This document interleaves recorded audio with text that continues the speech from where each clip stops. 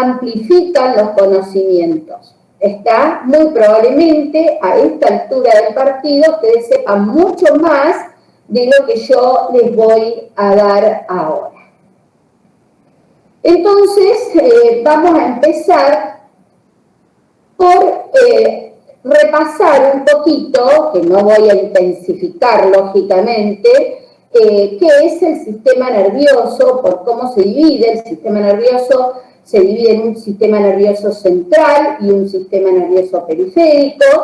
Ese sistema nervioso periférico, a su vez, se puede dividir. Pásala, Manuel, yo te la mandé porque yo no sé hacer esto, siempre me voy a volver loca con esto. Ahí está. Vos en la medida que yo voy hablando, yo por eso te lo mandé.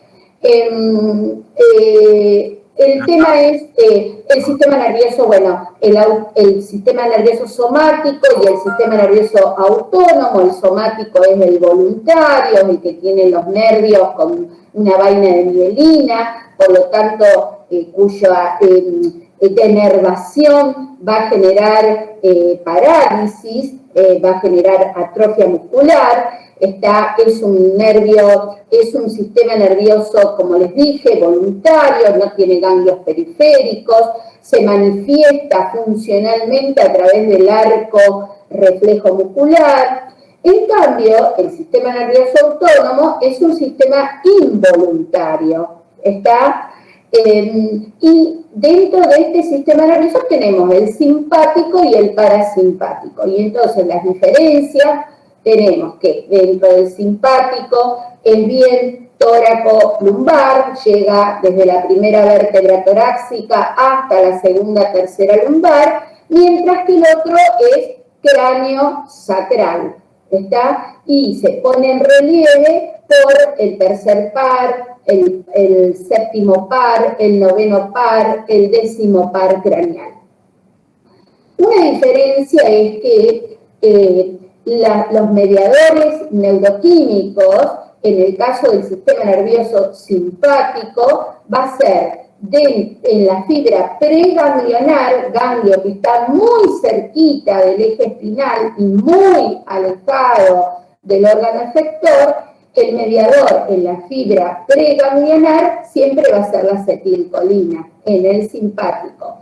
Una vez que esa acetilcolina actúa sobre los receptores nicotínicos de los ganglios, va a liberar otro neurotransmisor que es la adrenalina, y va a ir al órgano efector. Mientras que, ¿y a dónde va a actuar? Sobre receptores postsinápticos, que son los alfa 1, los alfa 2, los beta 1, los beta 2, los beta 3, mientras que el parasimpático, siempre el mediador dentro de la fibra pre- y postganglionar va a ser la acetilcolina y va a actuar sobre receptores muscarínicos y sobre receptores nicotínicos.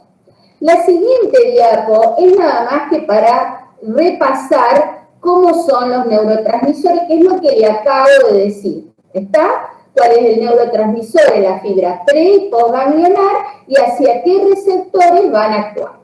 Sigamos. La próxima es una diapo, a ver, para que la miro, donde acá habla sobre, es más o menos siempre lo mismo, ¿ve? El parasimpático, tenemos una fibra preganglionar que es larga, porque el ganglio está cerca del órgano efector.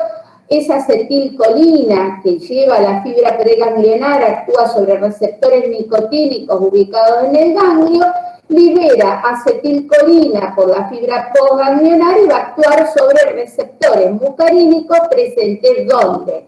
En el músculo cardíaco, en las terminales nerviosas, en los ganglios, en el músculo liso, mientras que el simpático tenemos que la liberación postganglionar, siempre la preganglionar, el neurotransmisor dijimos que era la acetilcolina, hace sinapsis en receptores nicotínicos del ganglio y de ahí salen las fibras largas postganglionares que van liberando hacia las glándulas sudoríparas, hacia el músculo liso, hacia las terminales nerviosas y también liberan dopamina, que van hacia la musculatura lisa de la vasculatura renal. También actúa a nivel de la médula suprarrenal, liberando noradrenalina y adrenalina, que va a actuar sobre fundamentalmente el músculo liso de los vasos sanguíneos y sobre el músculo cardíaco. Listo, esto es repaso de ustedes, no voy a detenerme. Seguimos.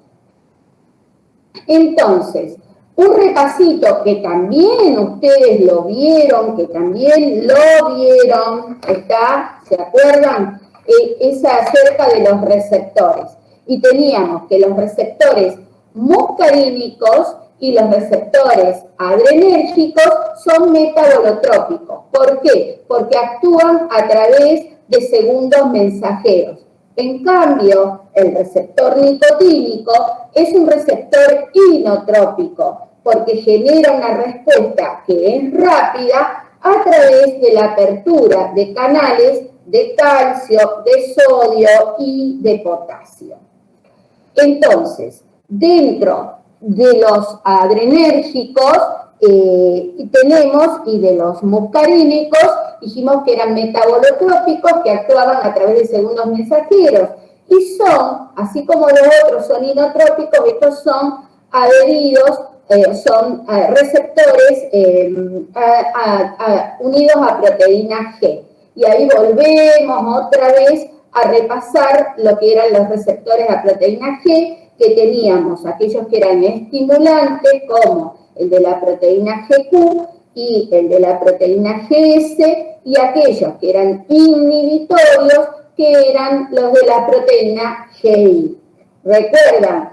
El de la proteína GQ era el que estimulaba la proteína quinasa, ¿está? Y el de la GS era el que estimulaba la adenilciclasa, y el de la GI era el que inhibía la adenilciclasa. Entonces, estos generaban respuestas estimulantes o inhibitorias. Chicos, esto es injuria, lo vimos en farmacodinamia, me parece. No me acuerdo bien.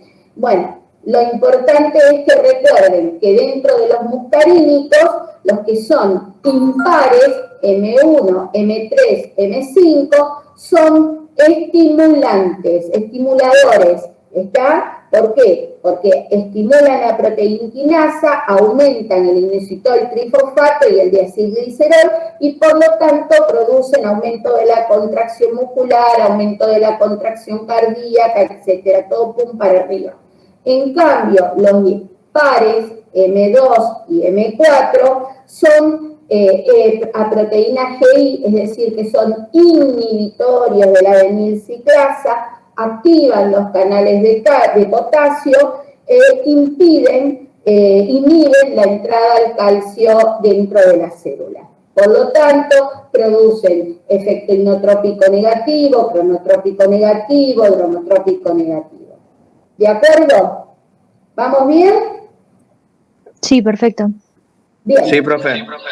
Bueno, después con respecto a los alfa 1, alfa 2, beta 1, beta 2 y beta 3, bueno, el alfa 1 también es un, espera que me la pongo yo porque no veo un pedo, ahí está. Perdón, ¿son todos alumnos míos esto? No, profe. Ay, entonces tengo que arreglar mi lenguaje, tengo que corregirlo, disculpen, porque después salen por los pasillos de la facultad diciendo que ahorita es una cloaca. Que nada, profe, está perfecta. No, está perfecto, pero yo los conozco a ustedes. Entonces, bueno, estábamos con los alfa 1, los alfa 2, los beta 1, los beta 2, los beta 3, bueno, el alfa 1 es un receptor adherido a proteína G, que es a GQ, ¿está? Por lo tanto, es un receptor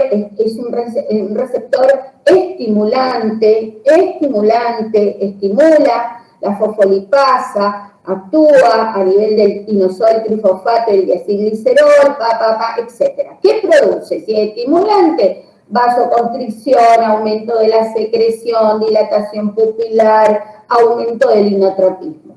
En cambio, El G2 es inhibitorio y lo que hace es, porque es adherido a proteína GI, entonces inhibe la neurotransmisión.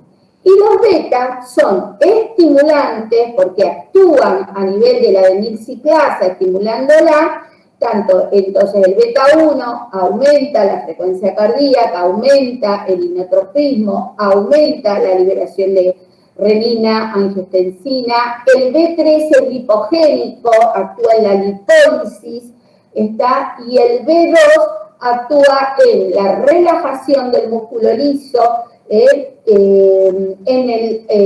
un aumento del inotropismo cardíaco, hay un aumento de la gluconeogénesis. Y también estos receptores actúan a nivel de estos adrenérgicos, como vimos antes, como se dice en la diapositiva anterior, actuaban en la liberación de dopamina, que actuaban sobre la vasculatura del sistema renal. Aguárdenme un segundito, ya estoy con ustedes.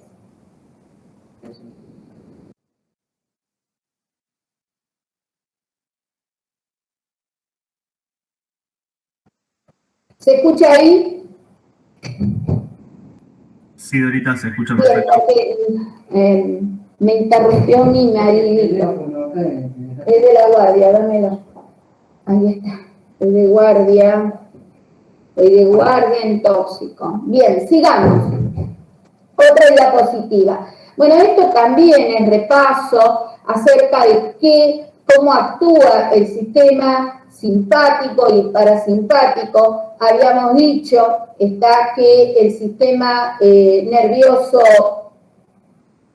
simpático era tóraco abdominal, tóraco lumbar, llegaba hasta la L2, L3, y el otro era cráneo sacral, y estaban también los ganglios cervicales, como el ganglio óptico, el pteriopalatino, el ganglio cervical, y ahí no me voy a poner a hablar, pero medianamente lo que quise es ponerle cuáles eran los lugares que estaban involucrados en la transmisión parasináptica, sobre qué receptores actuaban y cuáles eran los efectos que producían. Repaso, chicos.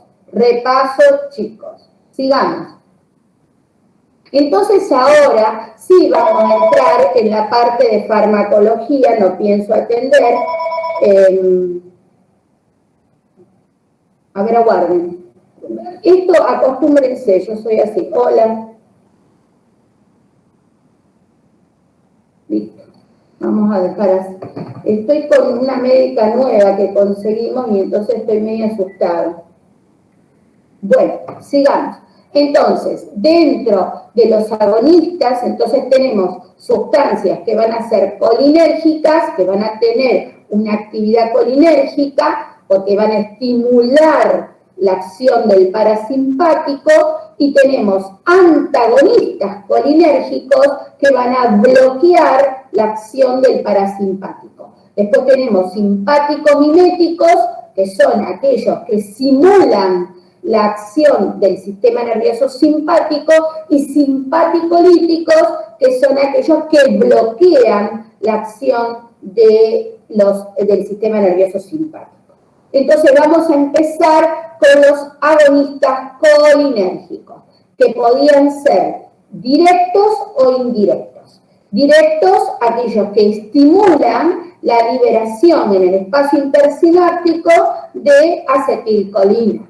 Luego, los indirectos son aquellos que bloquean la recaptación en el espacio intersináptico de acetilcolina. Para esto, ustedes tienen que repasar la terminal nerviosa, cómo se formaba la acetilcolina, ¿se acuerdan de la colina más la acetilcoenzima A? Y todo el paso hasta liberar en el espacio intersináptico la acetilcolina. Esa acetilcolina puede estar en cierta manera hidrolizada por la acetilcolinesterasa, y en parte es recaptada. Esto, chicos, es repaso, ¿está? Bueno, entonces, volviendo a los fármacos de acción indirecta y de acción directa. Bien, ¿para qué se usan los agonistas colinérgicos? Para el tratamiento de la miosis, para el tratamiento de la serostomía, para el tratamiento del hilio postoperatorio, para el tratamiento de la atonía gástrica, para el glaucoma, también para la enfermedad de Alzheimer, para la miastenia gravis. O sea, fíjense la multiplicidad de usos que puede llegar a tener este tipo de fármacos. ¿Sobre qué receptores va a actuar estas sustancias agonistas? Sobre los M1, que están en el tejido gástrico y en el sistema nervioso central, sobre los M3, que están en el músculo liso y en las glándulas, sobre los M5, que están a nivel del sistema nervioso central. Ahí actúa el donepezil y la ribastigmina, que después vamos a mencionarlo, y sobre receptores colinérgicos inhibitorios, que son los M2, que están presentes en el músculo liso, en el sistema nervioso central y en el corazón, y los M4 que están en el sistema nervioso central. Entonces, ¿qué tenemos que saber? ¿Qué son los agonistas? ¿Cómo actúan? ¿Para qué se usan? ¿Y sobre qué receptores actúan? Sigamos. Entonces, ahí tenemos la clasificación. Se dividen en directos, como dijimos, e indirectos. Y luego hay una parte que son los que actúan directamente sobre el sistema nervioso central para fundamentalmente el tratamiento de la enfermedad de Alzheimer, que es el donepezilo y la ribastigmina. Dentro de los directos tenemos los ésteres de la colina y los alcaloides. Dentro de los ésteres de la colina, la acetilcolina, el carbacol, el betanecol, la metacolina. Dentro de los alcaloides, la pilocarpina. Dentro de los indirectos tenemos aquellos que son de acción corta, es decir, cuyo tiempo de acción es de 12 minutos, y ahí tenemos el hidrofonio. Dentro de los de acción intermedia, que duran hasta 6 horas, de 30 minutos a 6 horas, tenemos la neostigmina, la piridostigmina, la fisostigmina, y aquellos de acción prolongada, más de 30 horas, los compuestos organofosforados. Esta clasificación, ¿se las pueden preguntar? Sí, se las pueden preguntar. Hasta acá, de lo que dijimos, nadie les va a preguntar anatomía del sistema nervioso autónomo, nadie les va a preguntar fisiología del sistema nervioso autónomo, pero para poder entender todo esto y no a trabajar nada más que con la memoria, hay que saberlo. ¿Está? Sí le pueden preguntar por ahí la terminal nerviosa con la liberación de acetilcolina, eso se lo pueden preguntar, y luego cuando ya vamos a los colinérgicos, a los agonistas, le van a preguntar cómo se clasifican, qué es esto, por qué son directos, por qué son indirectos. ¿De acuerdo? ¿Y para qué se usan? Sigamos. Entonces, ¿qué tenemos que saber? Esta diapo me gustó porque no la veo muy complicada, y en definitiva que es lo que yo quiero que ustedes sepan. Todos activan, estimulan o son agonistas de los receptores muscarínicos. Todos. Pero también pueden activar los receptores nicotínicos ganglionares en mayor o en menor medida. ¿Quiénes más generan un efecto nicotínico? ¿Quiénes más estimulan los receptores nicotínicos de los ganglios? La acetilcolina. Fíjense en el esquema de arriba, en el cuadrito de arriba, todos actúan sobre los receptores muscarínicos, pero la acetilcolina y la metacolina actúan también en mayor o en menor grado sobre receptores nicotínicos. El carbacol, perdón, más y la metacolina menos. ¿Está claro? Bien, todos sufren la hidrólisis por la acetilcolinesterasa. Todos. Entonces, ¿pero quién mayormente? La acetilcolina. ¿Qué particularidad tienen los ésteres de la colina en su conjunto? Que no se pueden administrar por vía oral. Luego tenemos los alcaloides. Y dentro de los alcaloides, a mí me parece que el que a ustedes les tiene que interesar más es la pilocarpina, por la utilidad que se le da. Entonces, ¿cuáles son los efectos que si uno lo busca en diapositivas anteriores, a ver si yo se lo había puesto, la pilocarpina sí se emplea para el glaucoma. Por eso es que me parece que tienen que conocerlo, nada más. Pero en general, está en general. Fíjense que la pilocarpina es de uso local, no se usa por vía oral, se emplea para el glaucoma y dentro de los efectos muscarínicos que tiene, ¿qué produce? Pasa la otra mano, produce miosis. ¿Por qué produce miosis? Porque produce la contracción del músculo ciliar y del esfínter del iris. Actúa a nivel de receptores M3 y M2. Genera miosis.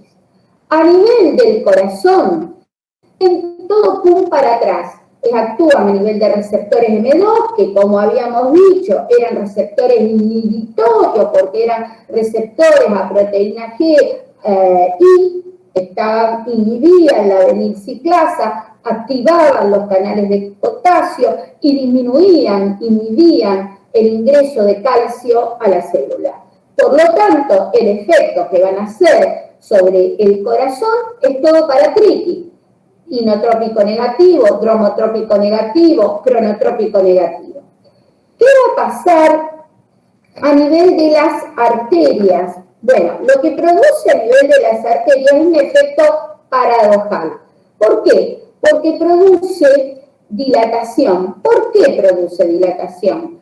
Porque lo que genera es un aumento de la liberación de óxido nítrico en la pared endotelial del vaso. Y eso produce una relajación del vaso que se traduce en dilatación arterial y arteriolar.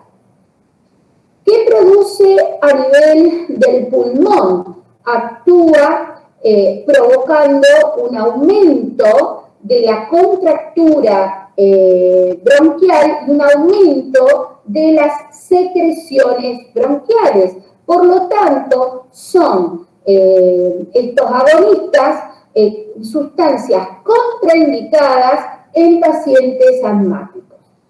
Digamos, actúan también a nivel del aparato gastrointestinal. Pasa la Manuel, qué secretario lento que tengo. A nivel del aparato gastrointestinal, ¿qué hacen a nivel del aparato gastrointestinal? Aumentan el tono, aumentan la motilidad, aumentan las secreciones. Por lo tanto, porque actúan sobre receptores M2 y M3, son sustancias que están contraindicadas en pacientes gástricos con úlcera péptica. ¿Está? A nivel de la piel, actúan en receptores M3, contraen el músculo liso pilomotor, aumentan la secreción de las glándulas sudoríparas y también a nivel de las glándulas salivales, por acción a nivel de M2, M3 y M1, aumentan la secreción de las mismas. A ver qué sigue. A nivel del aparato genitourinario, ¿qué producen? Por acción a nivel de M2, M3, contraen el músculo detrusor de la vejiga y relajan el trígono y el esfínter. Por lo tanto, ustedes ya van haciéndose la idea de cuáles son los efectos adversos que produce. Entonces, todos los agonistas colinérgicos van a generar como efectos adversos por sobredosis síntomas muscarínicos, síntomas nicotínicos y síntomas a nivel del sistema nervioso central, que como vamos a ver es lo mismo que producen los fosforados. ¿Está? Entonces, ¿por qué? Porque los fosforados hacen que haya un aumento de la acetilcolina en el espacio intersináptico por mecanismo indirecto. Todo este aumento por acción directa o por acción indirecta de la acetilcolina en el espacio intersináptico da los mismos efectos secundarios. Ahí le puse una mnemotecnia, Dumble. ¿Dumble qué es? Son los efectos muscarínicos que produce como efectos secundarios. La B de diaforesis, de diarrea, la U de incontinencia urinaria, la M de miosis, la B de broncoconstricción, de broncorrea y de bradicardia, la E de emesis, la N no sé de qué lo puse, y la S de salivación. Entonces, ¿qué me produce? Aumenta todas las secreciones, salivación, broncorrea, sudoración, ¿está? Y también efectos nicotínicos que se traducen por hipertensión, fasciculación muscular, midriasis, taquicardia, debilidad muscular, y a nivel del sistema nervioso central pueden llegar a generar un estado de coma, previamente pasando por un estado convulsivo y antes por cefaleas. Sigamos. Hasta acá lo que tienen que saber, entonces, repasando, ¿qué son los agonistas colinérgicos? ¿Cuál es el mecanismo? ¿Cómo se clasifican? ¿Cómo es el mecanismo por el que actúan? Y saber para qué se usa la pilocarpina, cuáles son los ésteres de la colina y entre ellos la acetilcolina, qué diferencias tiene con respecto a su acción muscarínica y nicotínica con otros ésteres de la colina, cuáles son los efectos farmacológicos y cuáles son los efectos secundarios. Y se terminó la historia. Entonces ahora vamos a los otros, a los anticolinesterasas, que son fármacos que lo que hacen es inhibir o inactivar las acciones de la acetilcolinesterasa. ¿Está? O sea, inhiben la enzima que va a producir la hidrólisis de la acetilcolina.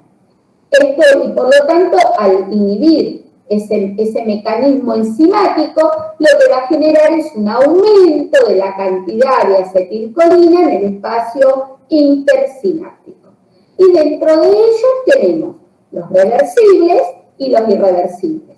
Dentro de los reversibles, la neostigmina, que se utiliza para la miastenia gravis, que tiene nitrógeno cuaternario, por lo tanto no atraviesa la barrera hematoencefálica, y la fisostigmina, que tiene nitrógeno terciario, que sí atraviesa la barrera hematoencefálica, por lo tanto penetra en el sistema nervioso central. Dentro de los irreversibles, los compuestos órganos fosforados. Entonces, ¿qué me interesa que sepan? Que de la fisostigmina tienen esto que dijimos, que es una sustancia anticolinesterasa, que actúa de manera reversible, que penetra en el sistema nervioso central y cuya utilidad es fundamentalmente la intoxicación, el tratamiento de la intoxicación con anticolinérgicos. Seguí, Manuel. Nosotros, los toxicólogos, cuando la tenemos a disponibilidad, porque no siempre está, es muy interesante porque actúa muy rápidamente y elimina, porque tiene una acción muy rápida y muy corta también, pero elimina rápidamente todo lo que es como después vamos a ver con las intoxicaciones con atropina, las alucinaciones, la excitabilidad, lo revierte rápidamente.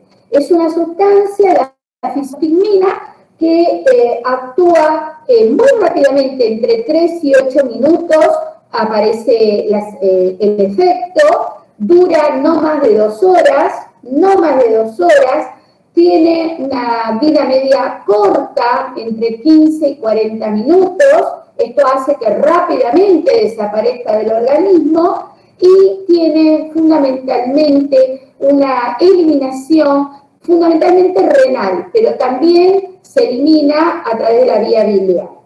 Seguí, Manuel. Esto es lo que le acabo de decir. ¿Está? ¿Estamos? Bien. Esto lo preguntan. ¿Qué es cómo actúan los anticolinesterásicos? Es decir, aquellos que inhiben la acción de la acetilcolinesterasa. Entonces, lo importante que ustedes sepan, después pasáselo el Power como guía, no quiero que estudien de acá, quiero que sea guía. Pero esto se los puse, Tadiaco, porque esto lo pregunta mucho la gente de fármaco, donde dicen que la acetilcolinesterasa tiene una gran cantidad de sitios activos, pero hacen hincapié en el sitio aniónico y en el sitio estiárico. El sitio aniónico, que como vemos ahí arriba, tiene una carga negativa que atrae a la acetilcolina. El sitio aniónico es el que atrae a la acetilcolina y forma con ella un complejo. Pero luego, en el sitio estiárico, que es el sitio catalítico, donde está el centro activo de la enzima, se produce ahí la hidrólisis a través de su unión con el sitio estiárico y sobre todo con el sitio activo de la serina, y entonces se produce la hidrólisis de la acetilcolina. ¿Está? Esto lo preguntan. No sé por qué, pero lo preguntan. ¿Cómo actúa la acetilcolinesterasa frente a la acetilcolina? Y entonces lo que ustedes tienen que decir es lo que le acabo de decir. Que la acetilcolinesterasa, a través de su sitio aniónico, que no tiene carga, que es negativa, atrae a la acetilcolina y ahí comienza a actuar el sitio estiárico, que es el que produce la catálisis o hidrólisis de la acetilcolina, liberando colina y ácido acético. Sigamos. Bueno, después, lo que quise ponerles acá es el cuadro, que también lo preguntan, de la intoxicación por inhibidores de colinesterasa. Que como ustedes van a ver, esto es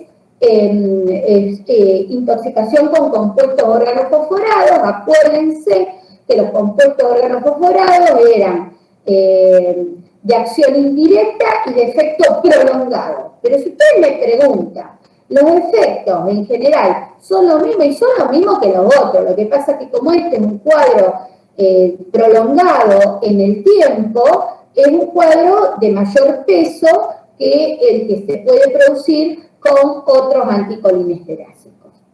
Bien, como la neostigmina o la fisostigmina, que eran de acción mucho más corta.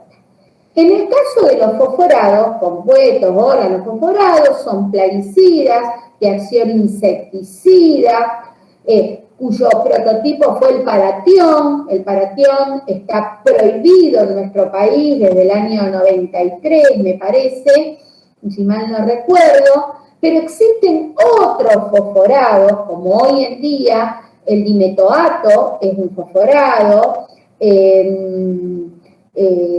¿cuál otro? No me acuerdo. Bueno, eso fíjense ustedes, nombren 2 o 3, pero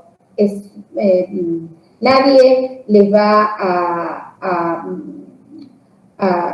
exigir que conozcan todos los nombres, simplemente como grupo de plaguicidas sepan que tienen acción insecticida, que son inhibidores de la acetilcolinesterasa. En este caso son inhibidores irreversibles, a diferencia de los carbamatos. Los carbamatos son otros insecticidas, plaguicidas, inhibidores de la colinesterasa, pero son reversibles. Por ejemplo, el carbofurán es uno de ellos. Bien, ¿qué cuadros producen estos fosforados? Bueno, la intoxicación aguda, que ahora después la vamos a ver, que tienen tanto los fosforados como los carbamatos, ¿no? Un inicio muy rápido, son sustancias que se absorben por todas las vías, por la vía oral, por la vía percutánea, por la vía inhalatoria, ¿está? Y la sintomatología tiene la particularidad que si la exposición es por la vía percutánea, los primeros síntomas que aparecen son a nivel de piel. Si la exposición es por vía oral, los primeros síntomas que aparecen, que después lo vamos a ver, son gastrointestinales. Está el cuadro en general depende, como bien dije ahí, del grado de exposición. Los fosforados son mucho más letales que los carbamatos, mucho más letales, y la intoxicación aguda la vamos a ver dentro de un ratito. Pero los fosforados, aparte de dar la intoxicación aguda, dan un cuadro retardado que se llama síndrome intermedio y neuropatía retardada. El síndrome intermedio es un efecto neurotóxico que aparece dentro de las primeras 96 horas después de la crisis colinérgica. El agudo, el tipo tiene la intoxicación, hace la manifestación aguda y luego de eso lo que hace es, parece que se mejora el paciente, responde a la atropina, responde a la pralidoxima, y en ese estado donde uno piensa que el paciente está bien, dentro de las primeras 24-96 horas, aparece con esta sintomatología, que es el síndrome intermedio, que es un cuadro neurotóxico que habitualmente afecta los músculos distales, está con debilidad muscular, etcétera, etcétera. Léanlo, búsquenlo. Y la neuropatía retardada es la que aparece semanas después de la crisis colinérgica y que incluso puede persistir y darle parálisis persistente de la musculatura. ¿Está? Entonces recuerden, aparte de la crisis colinérgica, puede haber un síndrome intermedio que aparece dentro de las 96 horas posterior a la crisis colinérgica y puede haber una neuropatía retardada que aparece semanas después y que incluso puede persistir. Bien, esto que sigue ahora es el cuadro clínico de la intoxicación aguda. Tenemos un síndrome muscarínico, un síndrome nicotínico, que si ustedes recuerdan los efectos adversos de los agonistas colinérgicos, es esto. Esto es intoxicación, por lo tanto, son efectos que se producen por sobredosis a la exposición de estos plaguicidas. Dentro de los efectos muscarínicos tenemos miosis, parálisis de la acomodación, dolor de cabeza frontal, disnea, respiración ruidosa, hay broncorrea, hay broncoconstricción, cólico abdominal, diarrea, bradicardia, hipotensión. Dentro de los nicotínicos, fasciculación muscular, seguida de parálisis, y dentro de los centrales, cefalea, confusión, convulsiones, depresión respiratoria y coma. Yo les cuento mi experiencia. Cuando yo atiendo pacientes con fosforados, recuerdo hace muchísimos años, todavía estaba prohibido ya el paratión, sin embargo, se seguía vendiendo, como ocurre acá en nuestro país, que las medidas regulatorias están bien escritas, pero no están bien implementadas porque no están controladas. Bueno, nos pasó con el paratión, donde años después de su prohibición seguíamos teniendo cuadros de paratión, y también nos sucedió con el bromato de potasio, que es un mejorador del PAM, que es sumamente tóxico, que también se prohibió su uso está prohibido su uso, sin embargo, se seguía usando, es lo que le produce el color blanco a la harina. Bien, entonces, ¿qué teníamos? Que yo cuando, lo que le dije antes, si el paciente había tomado paratión o cualquier otro fosforado, lo primero que tenía eran vómitos, dolor de panza, dolor abdominal y diarrea. Y luego agregaba la otra sintomatología, como por ejemplo la miosis, el aumento de las secreciones, entonces el paciente estaba cialorreico, el paciente tenía lacrimación, el paciente tenía sudoración, el paciente estaba broncorreico, ¿está? Todo esto. Bien.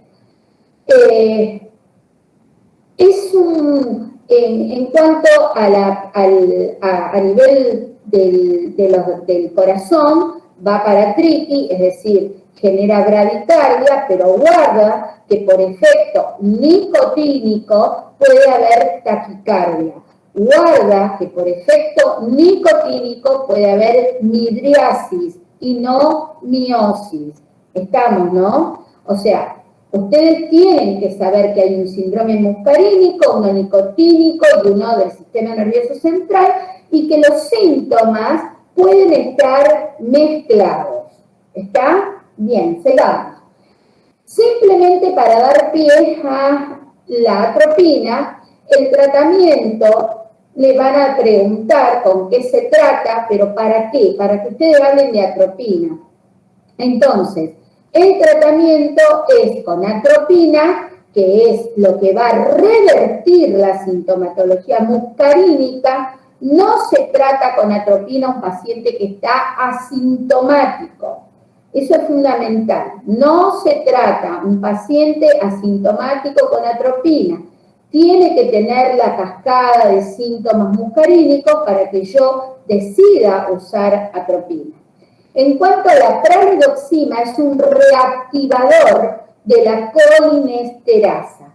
Yo les dije a ustedes que los fosforados inhibían en forma irreversible a la colinesterasa. Por lo tanto, necesitan de la ayuda de un reactivador para poner en marcha otra vez esa acetilcolinesterasa. Y en esto se dice que hay que hacerlo dentro de las primeras 36 horas de la exposición, porque después no tiene demasiada efectividad la reactivación de la colinesterasa. Otra de las cosas, cuando ustedes tienen un paciente con intoxicación, le tienen que pedir un dosaje de acetilcolinesterasa. Ustedes saben que hay una acetilcolinesterasa sérica y una eritrocitaria. Bueno, al menos tienen que pedirle la sérica. Si la sérica viene inhibida, pero el paciente no tiene síntomas, no se trata. Si la sérica viene inhibida y el paciente tiene síntomas, ahí se trata. ¿Está claro? Bien, ¿para qué sirve la acetilcolinesterasa? Para certificar que el paciente estuvo expuesto a un inhibidor de colinesterasa.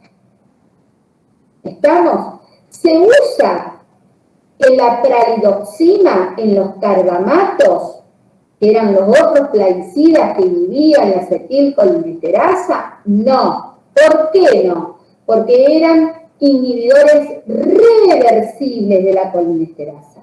Por lo tanto, la colinesterasa solita se va a ir reactivando y no necesita de la pralidoxima como sí lo necesitan los fosforados. Bien, ¿qué puedo hacer yo para inhibir esa actividad colinérgica? Es decir, estos agonistas colinérgicos me inundan el espacio intersináptico, ya sea de manera directa o indirecta, me lo inundan de acetilcolina. Bien, ¿qué puedo hacer yo? Entonces, puedo utilizar agentes antimuscarínicos o agentes anticonicotínicos. Dentro de los antimuscarínicos, ahora vamos a hablar de la atropina. Y dentro de los antinicotínicos vamos a hablar de bloqueadores, que yo, si mal no recuerdo, bloqueadores ganglionares lo hemos visto en alguna de las UP, no me acuerdo en cuál, pero me parece que se vio, no quiero estar confundida, pero lo que sí, eso yo no lo puse acá, pero lo tienen que saber, que son los bloqueadores ganglionares. ¿Está? Bien, sigamos. ¿Cómo se clasifican los anticolinérgicos? Se clasifican en alcaloides naturales con nitrógeno terciario, por lo tanto, atraviesan la barrera hematoencefálica, atropina, escopolamina. Semisintéticos tienen también nitrógeno terciario, tenemos la omatropina. Y dentro de los que semisintéticos con nitrógeno cuaternario tenemos la metil omatropina, la metil escopolamina, el bromuro, butil bromuro de diosina, que es la buscapina, ¿está? Y dentro de los sintéticos también tenemos con nitrógeno cuaternario y con nitrógeno terciario. Dentro de los que tenemos con nitrógeno cuaternario, tenemos el ipratropio, el tiotropio, y dentro de los que tienen nitrógeno terciario, tenemos la tropicamida y la trimebutina. Bien, todo este lío de sustancias ustedes tienen que conocer. La atropina, que ahora la vamos a ver, y saber que dentro de los anticolinérgicos vamos a tener el hipratropio, que se utiliza como broncodilatador para el EPOC, está para los broncoespasmos, que se utiliza por vía inhalatoria, la trimebutina, que se utiliza para algunas patologías digestivas, como el colon irritable. Tenemos dentro de los semisintéticos los antiespasmódicos, como el butilbromuro de diosina, que es la buscapina, o andaparatril,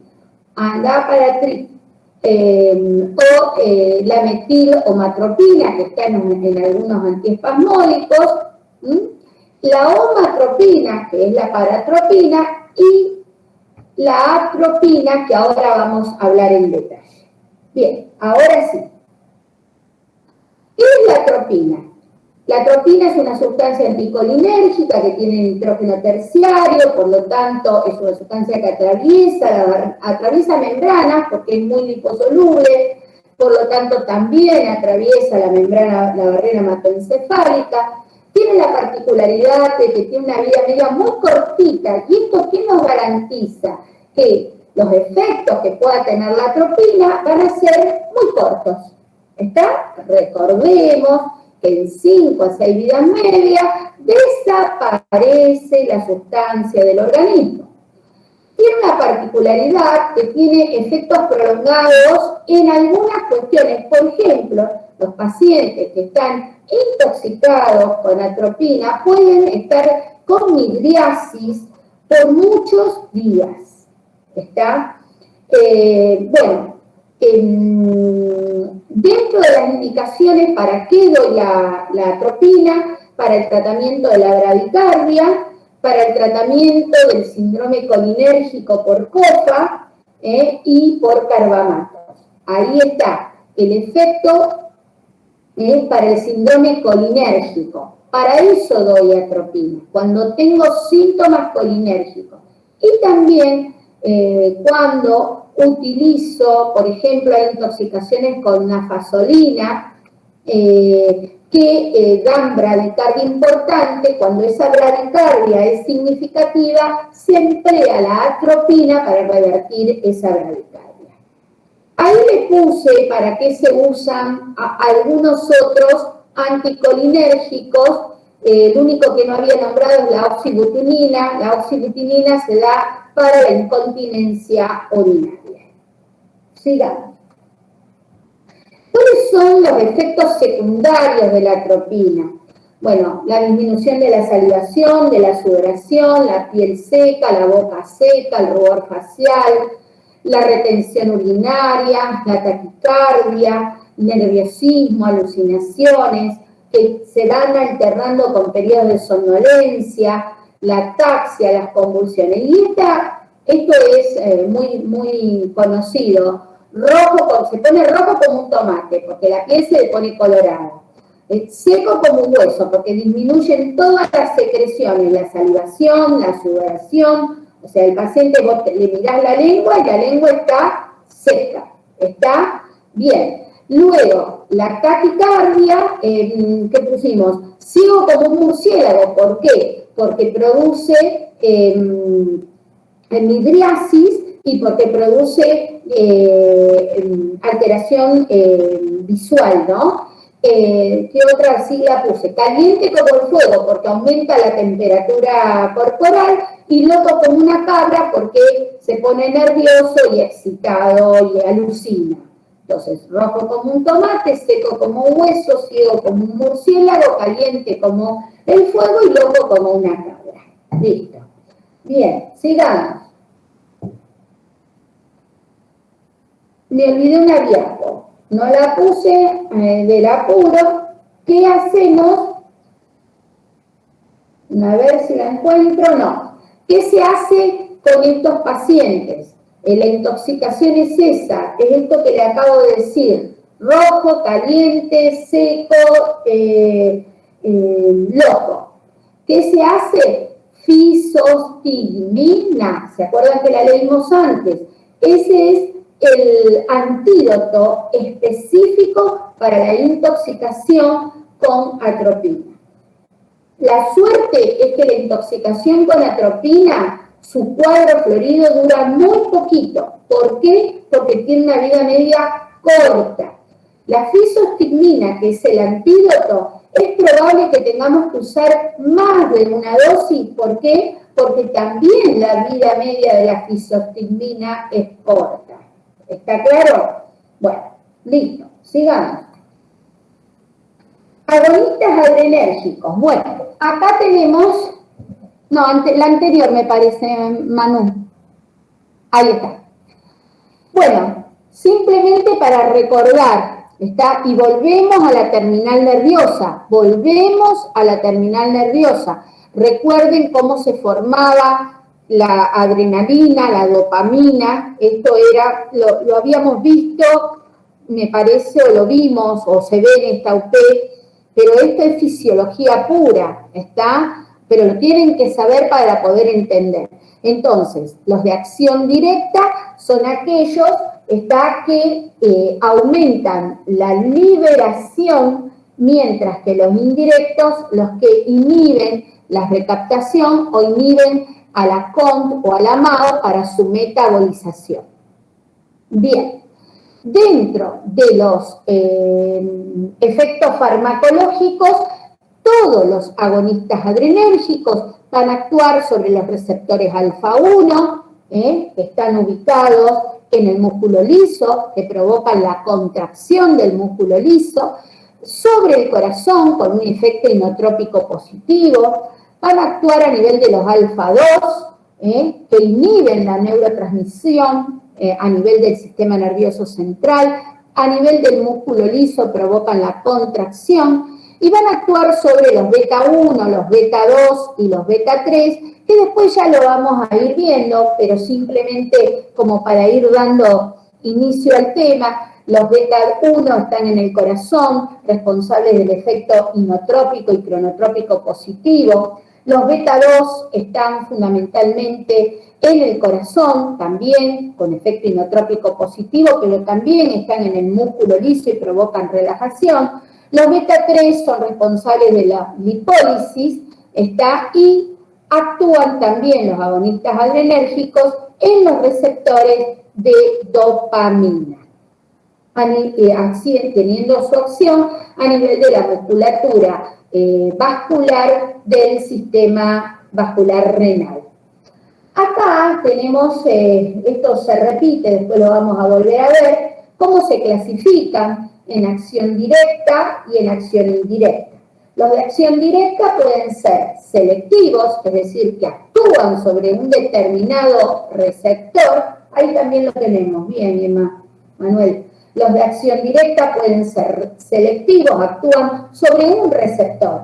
Los alfa-1, como la fenilefrina, los alfa-2, como la clonidina, etcétera, etcétera. Los no selectivos son los que actúan en más de un receptor. Y ahí tenemos también el isoproterenol, que actúa sobre los beta-1 y los beta-2, la oximetazolina, que actúa sobre los alfa-1 y los alfa-2. Después tenemos los de acción mixta, es decir, los que actúan sobre los alfa-1 y sobre los alfa y sobre los beta, ¿está? Y luego tenemos los de acción indirecta, que son aquellos que son los que inhiben la recaptación, como por ejemplo la cocaína. También tenemos aquellos que aumentan la liberación, que actúan sobre la liberación, como la anfetamina. De toda esta mezcla, ¿ustedes qué tienen que saber? Tienen que saber esta clasificación y saber sobre qué receptores actúan. Saber que hay directos, que hay selectivos, que hay no selectivos, que hay indirectos y que hay mixtos. Y tener un ejemplo de cada uno. Ahora bien, no vamos a estudiar todo, si bien algunos docentes de fármaco les encantaría que estuvieran todos, pero yo lo que me propuse es hacerle hincapié en aquellos que no pueden dejar de saber. Dentro de los de acción directa tenemos aquellos que son catecolaminas y aquellos que no son catecolaminas. Recuerden que las catecolaminas son las hormonas liberadas por la médula suprarrenal. Y de acción indirecta, que no tenemos la efedrina, la anfetamina, la tiramina y también tenemos la cocaína, que no está acá, pero está. Seguí. Seguí, Manu.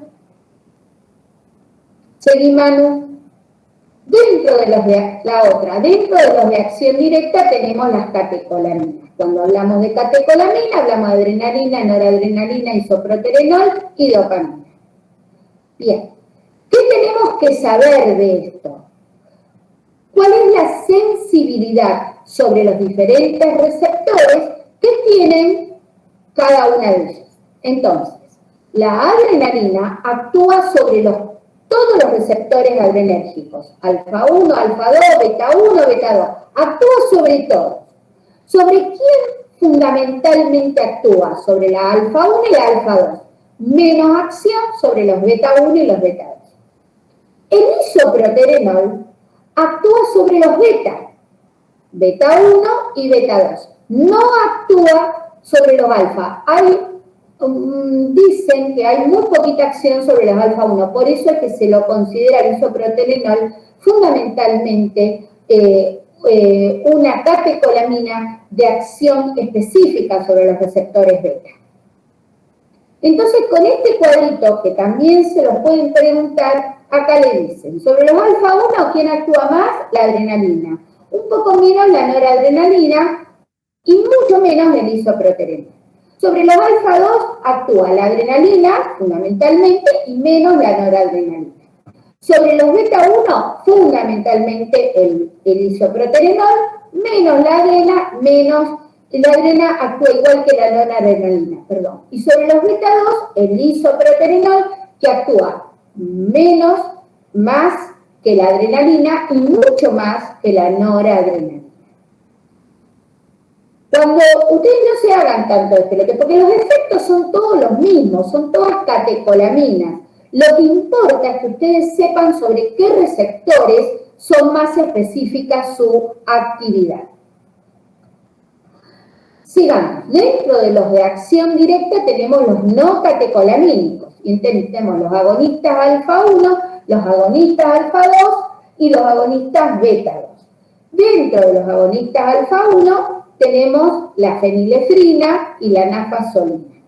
Una cosita que no la puse en el power, la nafazolina es una sustancia que se utiliza como descongestivo nasal, que es tiene una acción agonista alfa 1 que tiene un efecto muy rápido en aparecer y que produce fundamentalmente tres cosas, bradicardia, depresión sensorial, hipertensión y una cuarta que es hipoglicemia. Está precisamente, la anafasolina es un cuadro que produce mucho susto en el médico que lo va a atender, porque imagínense, le trae un chico que se tomó un frasquito de gotas para la nariz y que está todo frío, que está con depresión del sensorio, que usted le toma la frecuencia cardíaca y está bradicárdico, que le hace un nivel de glicemia en sangre y le da que está con 40 de glicemia en sangre, asusta.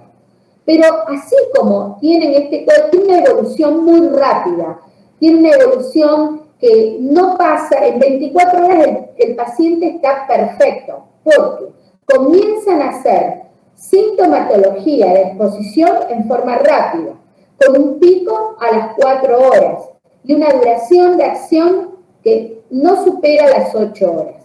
Por eso es que le digo que en 24 horas el paciente está bárbaro. Y acá es donde se puede llegar a utilizar atropina para la bradicardia que produce la anafasolina.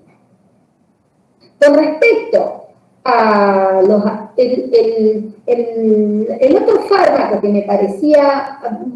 seguí, Manu, a ver que había otra diapo. Seguí. Dice, la sobredosis... No. Volvé para Triqui.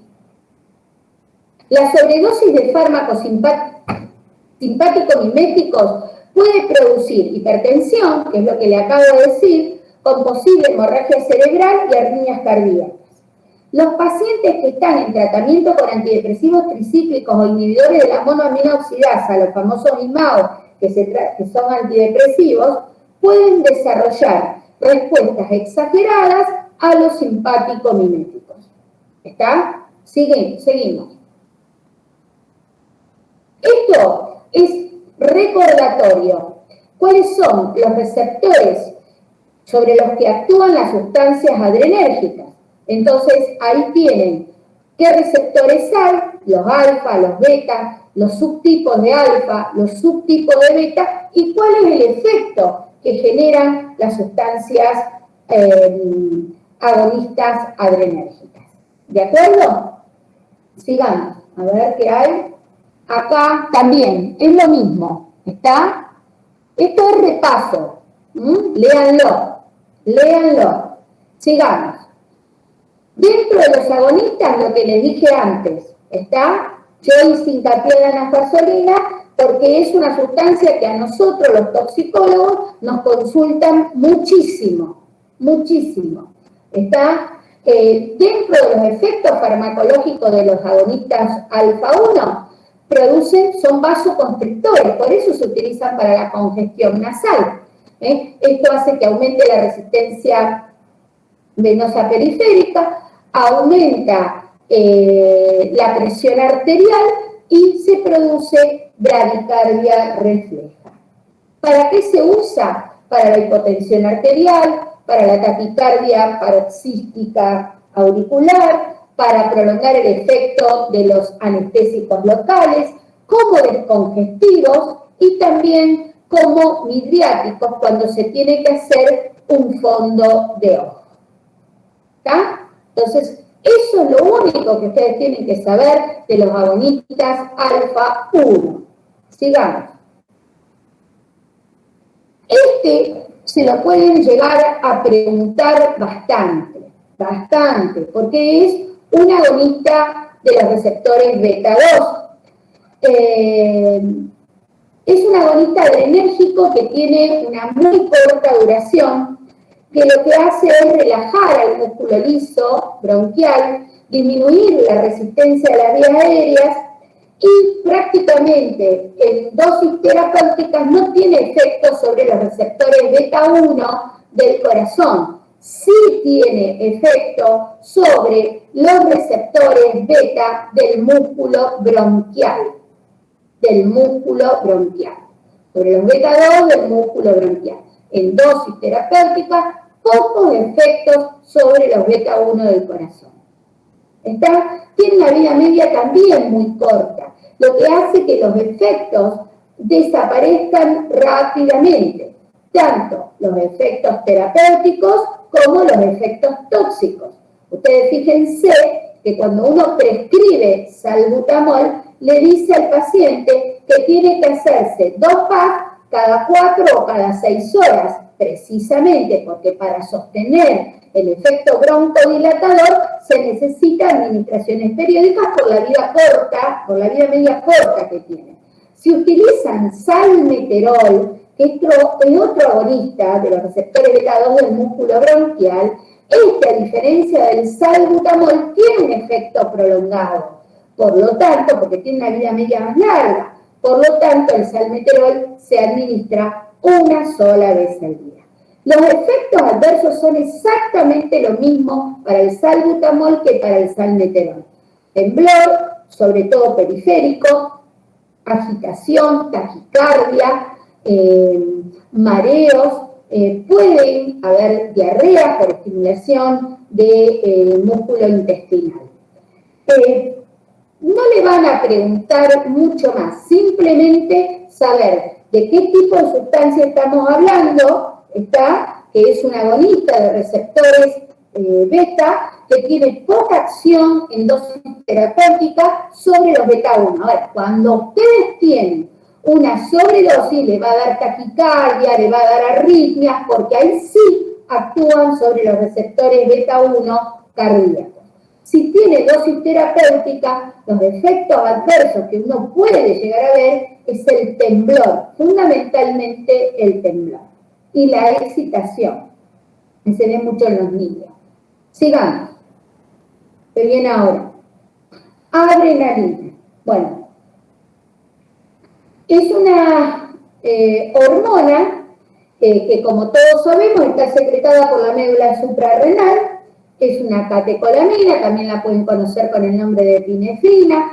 Es una sustancia que actúa, es agonista de todos los receptores adrenérgicos, incluyendo alfa 1, alfa 2, beta 1, beta 2 y beta 3.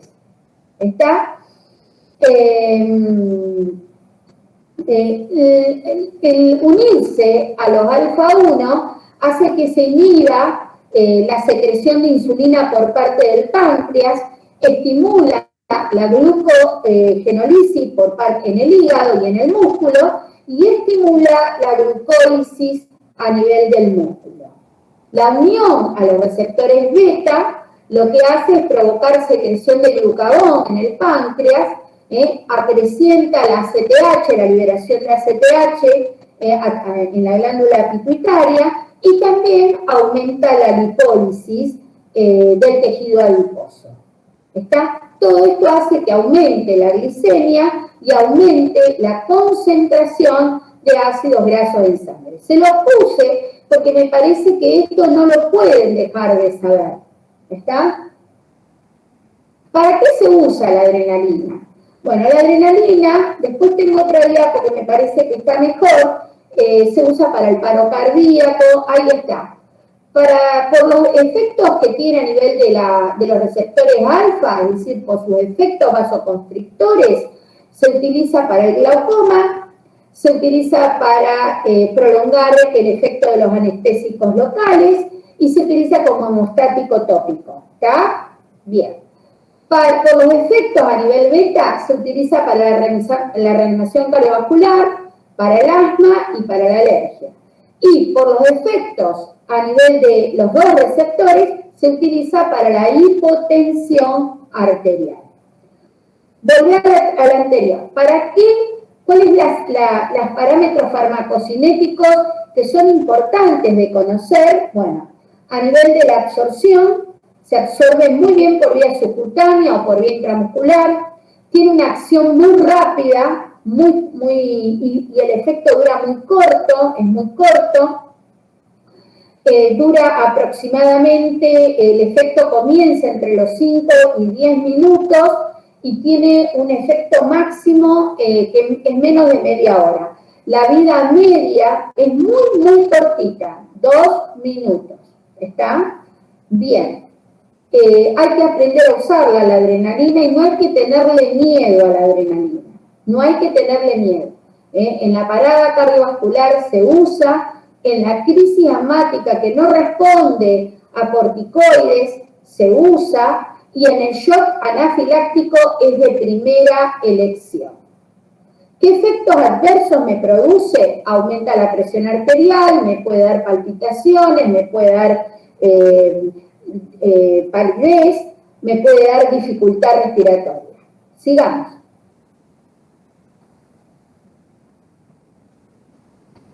Una palabrita de anfeta. Bueno, anfetamina, yo cocaína no se lo puse porque creo que lo habíamos visto en la UP6, aparte es imposible poner todo, pero tienen que saber cocaína, tienen que saber cuál es el mecanismo que es inhibidor de la recaptación de catecolaminas, y tienen que saber los efectos que son prácticamente los mismos que los de las anfetas. Las anfetas, ¿qué hacen? Estimulan la liberación de norepinefrina endógena, aumentando la presión arterial, fundamentalmente sistólica, también la diastólica, producen anestesia local, y ahí fíjense, actúan liberando catecolaminas, es decir, adrenalina, noradrenalina y dopamina, de las neuronas presinápticas, inhiben la recaptación de catecolaminas y aumentan la liberación y estimulan receptores adrenérgicos y serotoninérgicos. Bueno, ahí terminamos esto. Esperen. Más o menos, porque yo hablo. ¿Se va entendiendo lo que quiero explicarles? Sí, profe, está muy bien explicado. Sí, pero bien. ¿Se dieron cuenta de lo que le tienen que dar bola? sí. Sí, ¿Está? Sí, profe. Bien, yo se lo digo porque ustedes van a encontrar reserpina, guanequidina. Bueno, en realidad, si uno estudiara con profundidad, la tiene que estudiar esas cosas. Ahora, me preguntaron cuando Manuel me habla acerca de qué es lo que medianamente se está tomando, y yo todavía, para no quedarme con mi versión solamente, se lo pregunté a una docente para ver su experiencia en las mesas de examen, y las dos coincidimos en que esto no lo pueden dejar de saber. Si a esto ustedes le quieren agregar más, siempre el libro de Goodman y Shipman está abierto para todo el mundo y ávido de ser leído. Pero mi objetivo fue explicarles qué es lo que no pueden dejar de saber. ¿Está claro? Sí, profesora. No me diga, profesora Filip, te voy a matar. Darita. Te voy a matar, Filip. Oye que me digan, Dora, señora y profesora. Profe. Ay, Dios, ¿cuándo? Bueno, estamos hasta acá. Entonces ahora sí vamos a hablar de los beta bloqueantes. Y para hablar de los beta bloqueantes, que es el otro tema grosso que tienen que saber, beta bloqueantes, tienen que saber qué hacen los receptores beta. Los beta 1, los beta 2 y los beta 3. Entonces, esto es repaso. Los beta 1 que están en el músculo cardíaco, lo que hacen es aumentar la frecuencia cardíaca, aumentar la fuerza de contracción, aumentar la conducción auriculoventricular, disminuir la refractariedad del nódulo auriculoventricular. Eso hacen los receptores beta 1.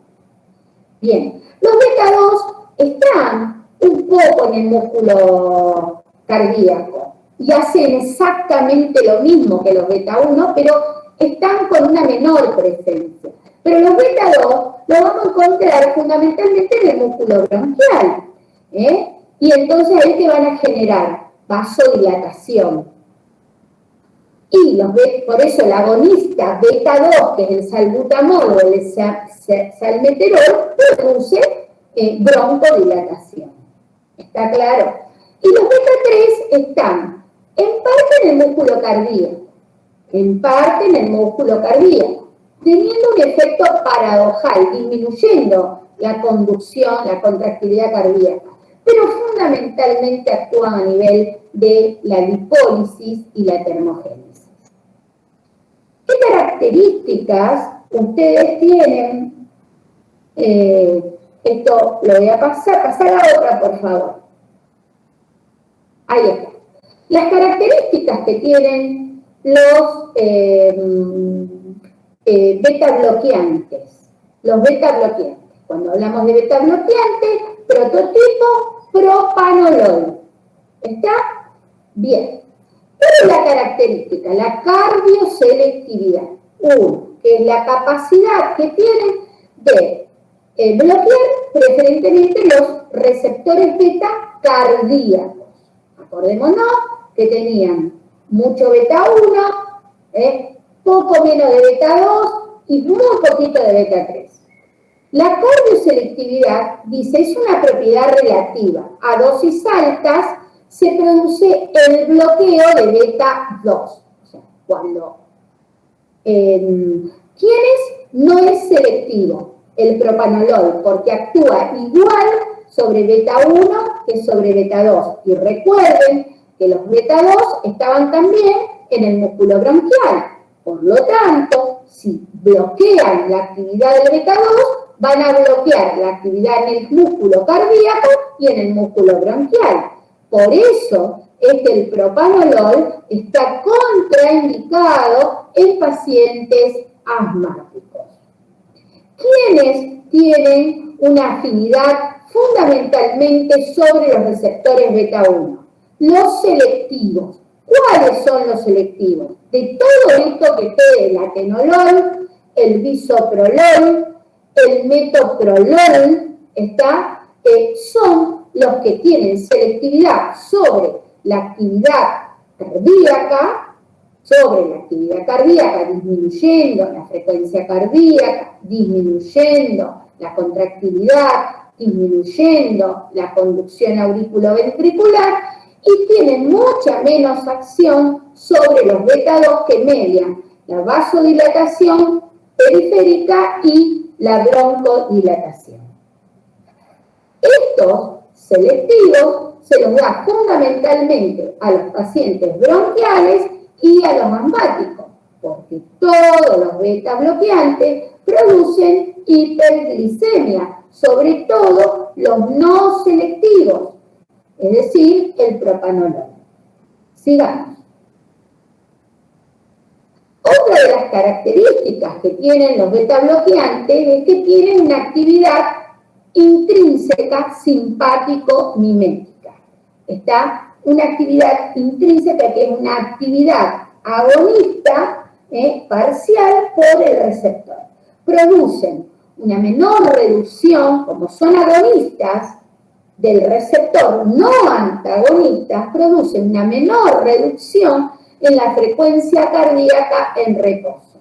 ¿Se dan cuenta, no? Es decir, tiene una acción que actúa de cardioselectividad, pero también hay algunos de ellos que tienen una acción agonista, no antagonista, agonista intrínseca sobre el receptor. Entonces, los efectos que van a generar a nivel cardíaco van a ser menores.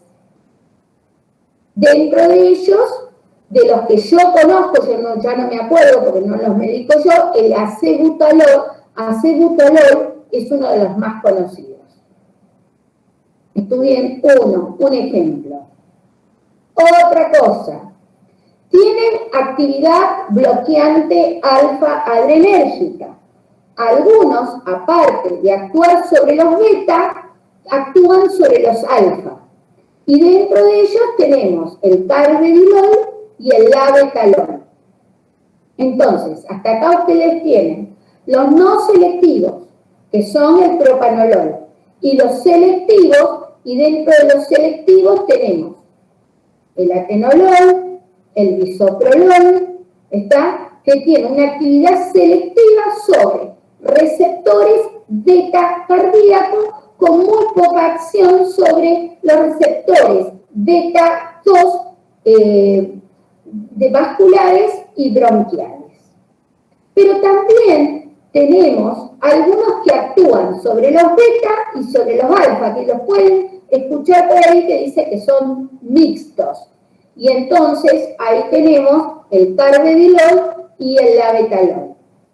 ¿Qué hace la acción bloqueante alfa? Bloquea la broncoconstricción, disminuye la resistencia vascular coronaria y periférica, por lo tanto mejora el flujo sanguíneo, mejora la sensibilidad insulínica en diabéticos. ¿Se acuerdan que habíamos dicho que afectaba la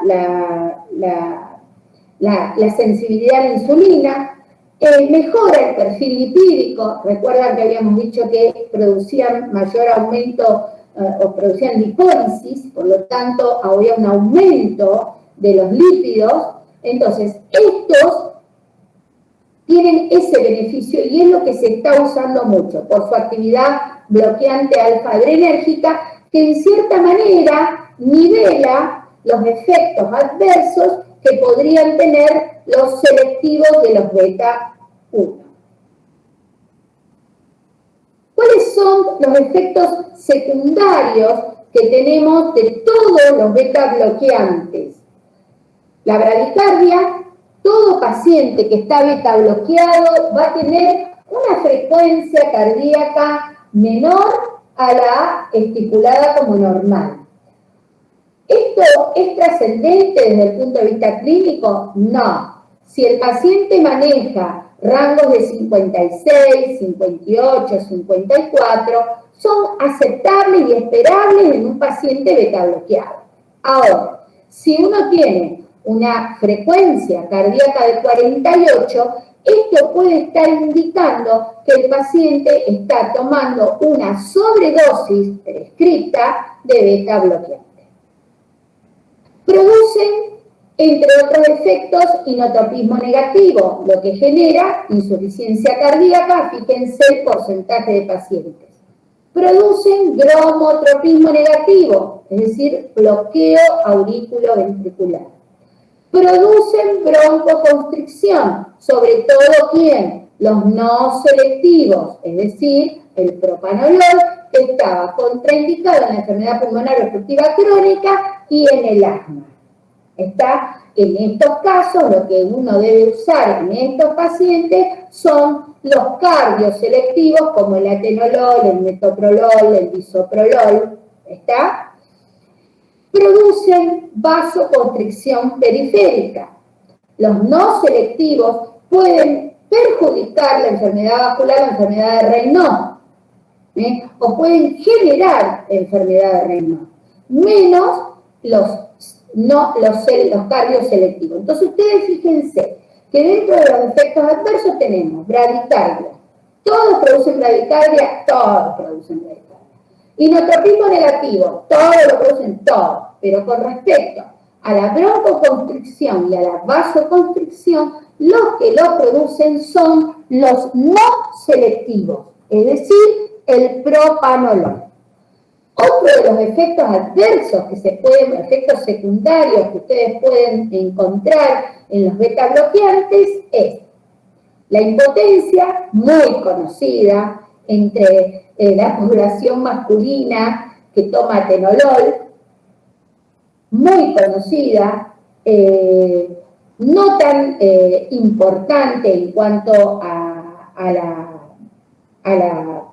la frecuencia de presentación. Puede haber en algunos pacientes fatiga, puede haber insomnio o están descritas las alucinaciones. Entonces, si alguno en el examen les pregunta los efectos adversos de los beta bloqueantes, bradicardia, inotropismo negativo que lleva a la insuficiencia cardíaca, dromotropismo que produce bloqueo auriculoventricular y otros efectos secundarios como la broncoconstricción y la vasoconstricción que se dan fundamentalmente en los ¿cómo se dice? En los pacientes que están medicados con beta bloqueantes no selectivos, prototipo el propranolol. Otros efectos adversos que pueden tener es el insomnio, en muy poca frecuencia, la impotencia, la fatiga también están descritos. A ver, esta no me acuerdo lo que puse, porque, acá está. Enmascaran, dice, los síntomas simpáticos mediados por la hipoglicemia y retrasan la recuperación de la glucemia plasmática. ¿Esto qué significa? Que pueden actuar como hiperglucemiantes, ¿está? Hiperpotasemia tras sobrecarga de potasio, bueno, esto no sé, bloqueo no importa, esto no le den bola. Listo, ¿qué más? ¿Qué pasa cuando uno retira bruscamente? Esto también es interesante. La retirada brusca del fármaco, del beta bloqueante. Bueno, pueden producir, ¿se acuerdan de la upregulation? Eso lo habíamos estudiado en farmacodinamia, ¿está? Bueno, hay un efecto de upregulation de los receptores beta tras el bloqueo de los mismos, ¿está? Y esto, cuando uno suspende bruscamente, ese efecto de upregulation puede dar infarto agudo de miocardio, puede dar angina de pecho, incluso puede estar descrita la muerte súbita, ¿está? Es más frecuente con el atenolol, dice, no sé por qué. Esto la verdad que no sé por qué. Bien. Contraindicaciones de los beta bloqueantes. Asma, EPOC, sobre todo, y enfermedad vascular periférica, fenómeno de Raynaud, y bradicardia, cuando hay bloqueo auriculoventricular de segundo o tercer grado. Todas las cuatro primeras fundamentalmente están contraindicados el propanolol, es decir, los no selectivos. Los no selectivos. Porque los pacientes que tienen asma y necesitan un beta bloqueante, se les da bisoprolol o se les da atenolol.